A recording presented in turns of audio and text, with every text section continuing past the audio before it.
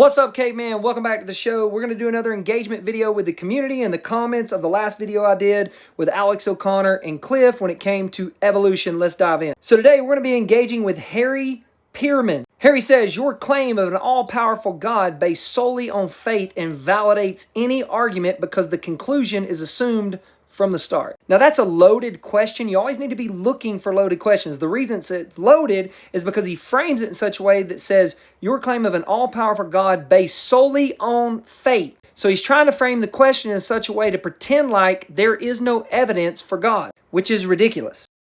Time to go into all the arguments for God right now. But you have the cosmological argument, the moral argument, the ontological argument, the fine-tuning of the universe argument, and then finally the human experience argument. And inside of all of these arguments, it is a better answer than the materialist has. It is the materialist and those who are still clinging fast to Darwinian evolution by natural selection that are holding on to blind faith, not those who believe in God. He goes on to say, a truthful discussion must begin with a question, examine the evidence, and then reach a conclusion.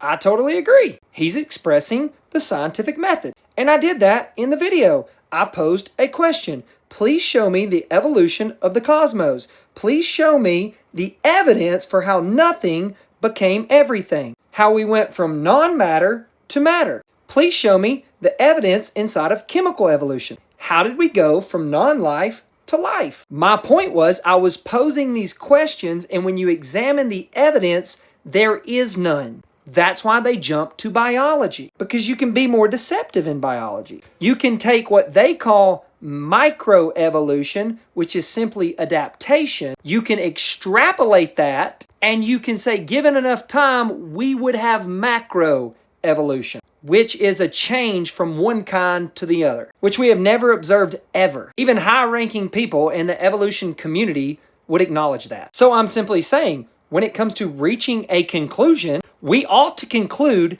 that evolution is a dead theory. It is time to move on. It is time to follow the evidence. And if you do, you will abandon the theory of evolution.